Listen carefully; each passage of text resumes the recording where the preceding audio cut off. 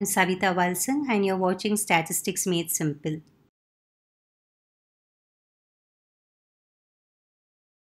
In this video, we'll learn about class intervals and some associated terminologies, part 1.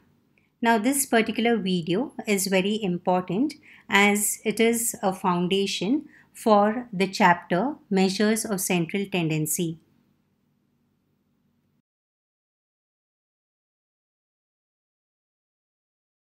So let's start with some important definitions based on class intervals.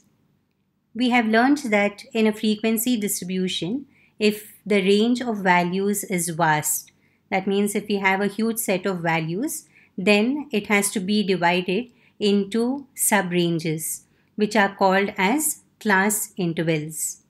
So each class interval has two limits, and these two limits are called as the class limits. The number at the beginning of the class interval is called as the lower limit, and the number at the end of the class interval is called the upper limit. Now we need to learn how to calculate the midpoint of the class interval.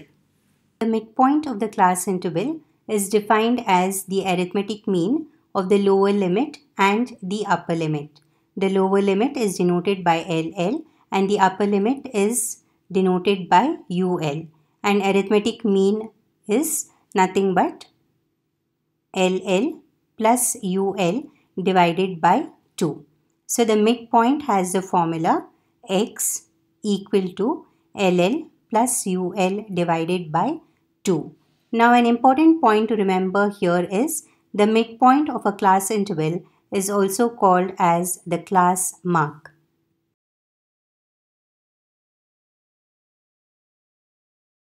So now, through an example, let us learn what are the lower limits, what are upper limits, and how the midpoints of each class interval are calculated. So let's start with a continuous frequency distribution. So what is a continuous frequency distribution? I've already explained this in my previous video. It has the class intervals in the first column and the frequencies in the second column.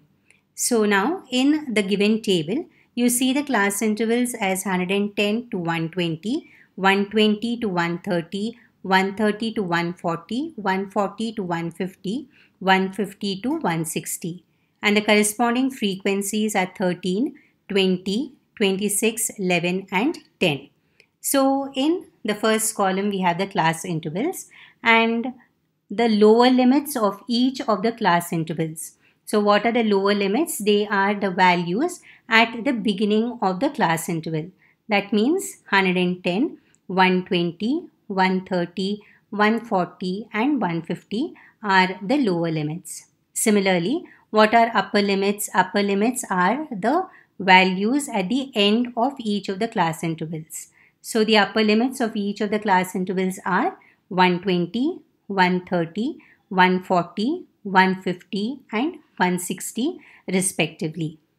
Now let's learn how to calculate the midpoints of each of the class interval. The midpoints of each of the class interval is calculated using the formula midpoint is equal to lower limit plus upper limit divided by 2, and the calculations are shown in the pink box as follows. So for the first class interval, the midpoint X is 110 plus 120 divided by 2, which is 230 divided by 2 equal to 115. For the second class interval, the midpoint is calculated as 120 plus 130 divided by 2, which is 250 divided by 2 equal to 125. In a similar way, we can calculate the midpoints of the remaining class intervals, and for the last class interval, the midpoint is 150 plus 160 by 2, which is 310 divided by 2 equal to 155. So in the table, I have formed the third column as midpoint, which is denoted by X, and the values are written in pink color as 115, 125, 135, 145 and 155.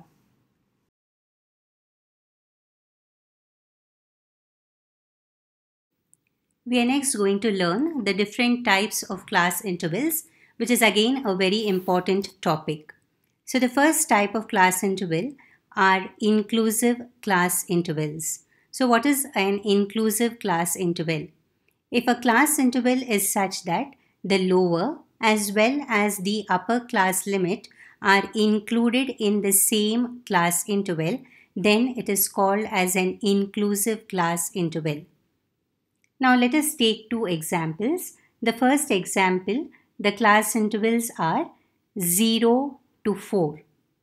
Then you have 5 to 9, 10 to 14, and it continues in a similar manner. Now what do you observe here? Here you observe that the lower limit 0 and the upper limit 4 of a particular class interval are present in that class interval itself. Similarly, if you take the class interval 5 to 9, the lower limit 5 and the upper limit 9 are present in the same class interval. So, 0 to 4, 5 to 9, 10 to 14 constitute an inclusive class interval. Second example, if we have class intervals like 10 to 19, 20 to 29, 30 to 39 and so on. Here you observe that the lower limit and the upper limit are present in that class interval itself. So they constitute an example for inclusive class interval. Let us discuss the second type, that are exclusive class intervals. If a class interval is such that the lower limit is included in the same class interval, whereas the upper limit is included as the lower limit of the succeeding class interval, then it is called as an exclusive class interval. So please observe the examples very carefully. In the first example, you have the class intervals as 0 to 5, 5 to 10, 10 to 15, 15 to 20, and it continues in a similar manner. Now what do you observe over here? Here, if you take the class interval 0 to 5, 0 is the lower limit which is present in that class interval itself. And the upper limit is 5. But what is happening to 5? It is becoming the lower limit of the succeeding class interval 5 to 10. Similarly, if you take the class interval 5 to 10, the lower limit 5 is present in that class interval, but the upper limit 10 becomes the lower limit of the succeeding class interval 10 to 15. And if you take the second example, that is class intervals are of the form 10 to 20, 20 to 30, 30 to 40, 40 to 50 and so on, you see that the lower limits are present in each of the class interval itself, but the upper limit become the lower limit of the succeeding class intervals, and such class intervals are said to be of the exclusive type.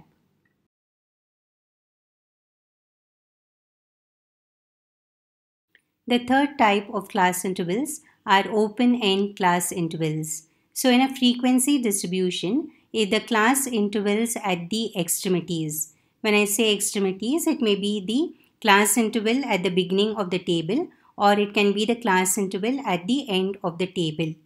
If it doesn't have one of the limits specified, such class intervals are called open-end class intervals. Let's take the first example as ages in years. Suppose the ages in years, the first class interval is only mentioned as less than 10. Now what do you mean by less than 10? The values which are less than 10 for ages can be 9, 8, 7, 6, 5, 4, 3, 2, 1 and 0. Now here 0 is not specified, that is the lower limit of the first class interval is not specified. And then you have the other class intervals as 10 to 20, 20 to 30, 30 to 40, 40 to 50, and then you have greater than 50. Now what do you understand by greater than 50? So greater than 50 will be the last class interval, and greater than 50 means it can be 51, 52, and it can go up to 100, or how much ever a person can live. So here you see that in greater than 50, the upper limit is not specified. So for less than 10, the lower limit of the class interval is not specified, and for greater than 50, the upper limit of the class interval is not specified. So such class intervals are called as open-end class intervals. Similarly, in the second example, if you take weights in kgs, and if you have below 20, 20 to 25, 25 to 35, 35 to 45, 45 to 55, and above 55. So here what do you see? For below 20, the lower limit is not specified, and for above 55, the upper limit is not specified. So such class intervals are called as open-end class intervals.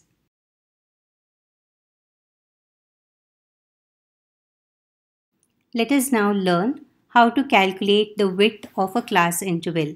The width of a class interval is also called as the size of the class interval, and the formula will depend on whether the class intervals are exclusive or whether the class intervals are inclusive.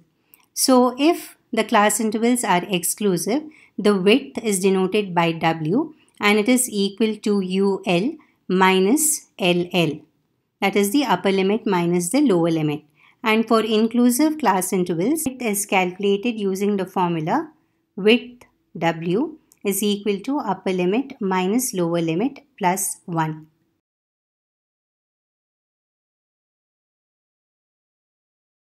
Now, through an example, let us learn how to calculate the widths for exclusive class interval and for inclusive class intervals. So let's first consider a continuous frequency distribution with exclusive class intervals. So in the first column, I have class intervals as 10 to 30, 30 to 50, 50 to 70, 70 to 90, 90 to 110. And the frequencies are 25, 32, 40, 55 and 45.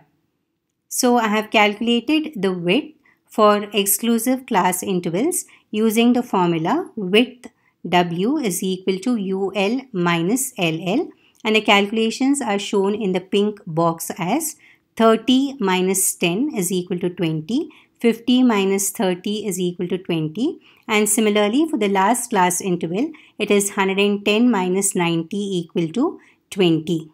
So the widths of each of the class intervals are found and are written in the third column in the above table as 20, 20, 20, 20 and 20. So all the widths for all the class intervals are 20.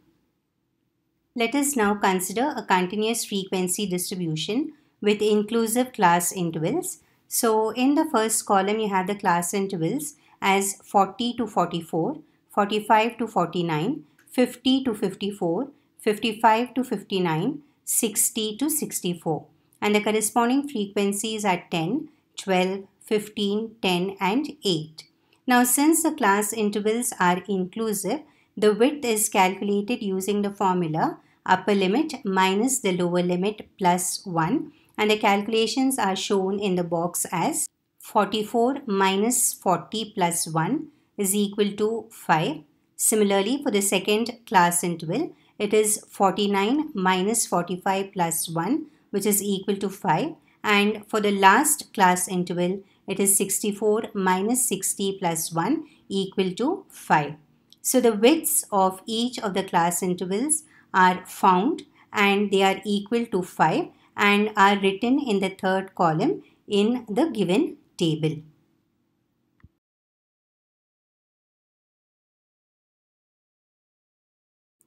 The concepts, definitions and formulae explained in this video based on class intervals are very important. So please learn them thoroughly. And thank you for watching, and in my next video, we learn some more concepts related to class intervals.